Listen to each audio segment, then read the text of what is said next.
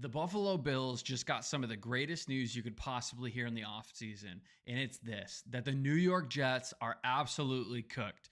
That's right. I'm not just here talking smack. I'm just looking at the last week of preseason joint practices and the preseason game they played against the New York Giants, right?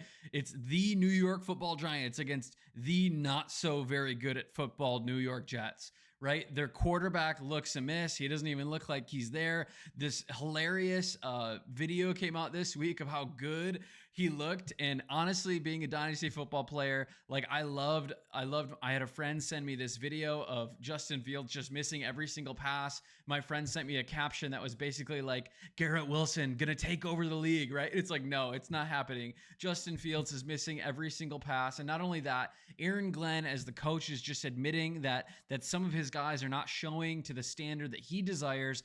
But in all of this, the Buffalo Bills, they are looking like they are going to win the AFC East again this year. I'm not sure what the Patriots are going to do, but I'm pretty sure we know who the Dolphins are. But with that, this is Crack the Table. I'm Colin, and we are all Bills, no breaks. And if you love Bills content, really just hit a like, hit a subscribe, help this fan-driven channel keep going. We're just getting started, and we're taking off unlike the Jets. That being said, I want to talk a little bit about the last couple weeks of the Jets season. You know, in the first week, they played against Green Bay, and Green Bay was all right? They walked out with a 30-10 win, but again, the score in the preseason game doesn't really matter, but the performance, it's not really what really matters later on in the year, right? The offense just leaned on the ground game, long runs, heavy drives, right? But here's the kicker: is Justin Fields. He wasn't exceptional. He wasn't all over the place. He wasn't a savior to them. And that game was frankly more about the Packers' mistakes than it was about the Jets proving that they really had something. It wasn't this feel-good opener that the New York Jets wanted. But that's where this thing comes in week 2. We saw them have some joint practices against the Giants, and we saw them, frankly, absolutely get embarrassed in joint practices and get embarrassed at MetLife this last week, right?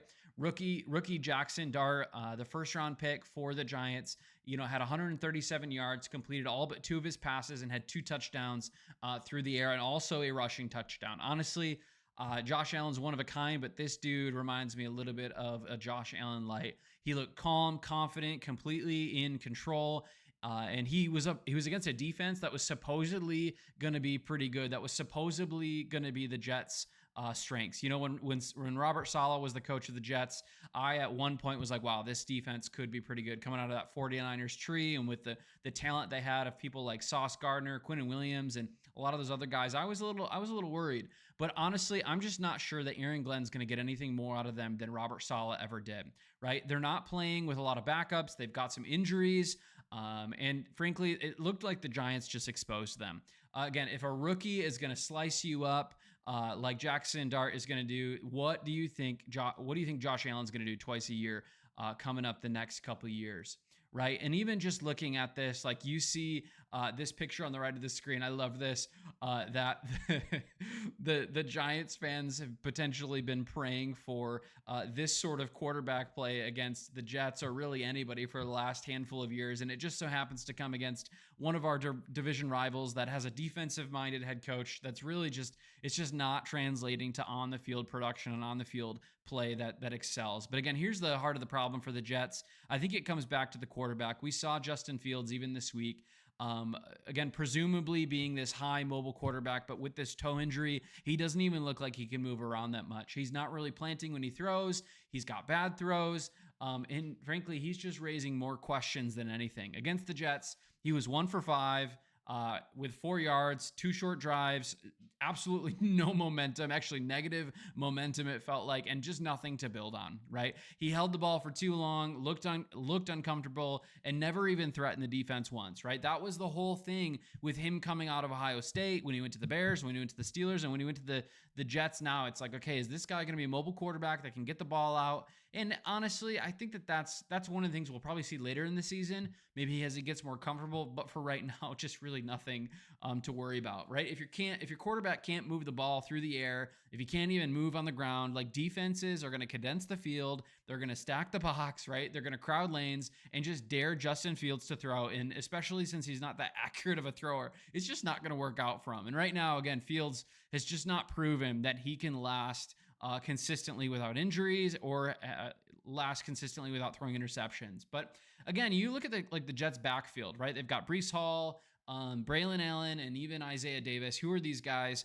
and what are they going to do this year? Honestly, I like this running back trio. I think that they have comparable talent to even our team. I really like Breece Hall. A lot of people have been saying they're pretty down on him, but Braylon Allen and Isaiah Davis are no slouches either. They're going to be a pretty good backfield, but we'll see if their offensive line can even push them to be a problem. Or again, I don't think talent's necessarily the issue. I think it's clarity around what actually they're going to do. We know that Aaron Glenn came from the Detroit system. Are they going to have the Jahmyr Gibbs, David Montgomery kind of feel with this running back duo or this running back trio, right? Breece Hall's health has always been an issue, especially the last couple of years. He had a good rookie year, but since then it hasn't really been a hit, and we just got to monitor that as the year goes on. But again, until they figure out exactly how they're going to run their offense with Justin Fields, is it going to be some run-pass options, or is it just going to be a focus funnel to Garrett Wilson and maybe their rookie tight end Mason Taylor or something? We just don't really know. We don't really know what to expect yet, but yeah, I'm excited to see how we match up against this team and really how our defensive front seven are going to just mollywop this team when we do play them. But hey, one of the things I do want to say is just credit to Aaron Glenn for taking over the system. Honestly, everything out of Jets camps and out of the Jets news media is that they were just kind of lost after this last year, after the whole Aaron Rodgers fiasco, bringing in Devontae Adams, but then also just bringing in even just having like an interim head coach and having Robert Saleh leave, like everything just screamed dysfunction. He's looked to be a decent motivational communicator and have a decent plan, but honestly, it's just not translated yet. And for us as Bills fans, we love that. But again, we're not really sure what to expect long-term from this team yet. You don't have, years where,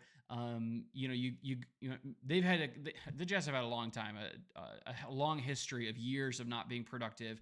But when they line up, even against Josh Allen, against Sean McDermott, his defense this year, like I'm just pretty confident that we're not going to have any issues with them, right? Aaron Glenn might be a solid head coach long term, but for right now, I'm just really not sure unless he can get his roster under control, unless he can have consistency with a quarterback. There's just no way that they're going to be a problem for us. Again, so what does this mean for us? What does this mean for the Bills?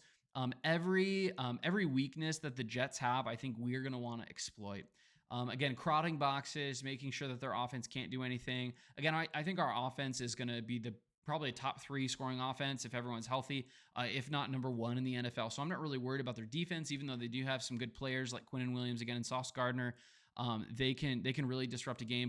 But on defense, if our defense matches up against this offense, we are deep enough in the front seven, but also in our cornerbacks and safeties, I think really to give a problem to this team. When you look at the Jets offense against our defense, I just don't see a world where we can't double team someone like Garrett Wilson, because we know that the wide receiver 2, 3, and 4, or even the tight end situation out of the Jets camp is just not going to be very strong. So if we double down on Garrett Wilson and lock up the box, like I'm just not sure they're going to move the ball down the field on us.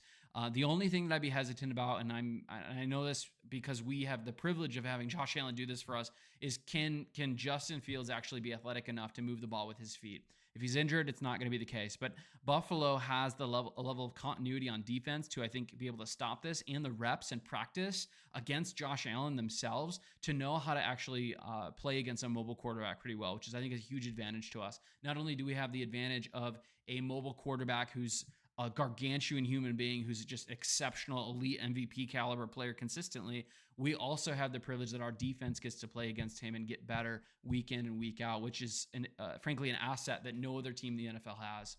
Again, the Jets are searching for answers, and frankly, I feel like we have every single answer for them. I don't think they're going to be very competitive this year, but with that, that's good news for us. As as a part of the Bills Mafia, we are just stoked to play a team like the Jets.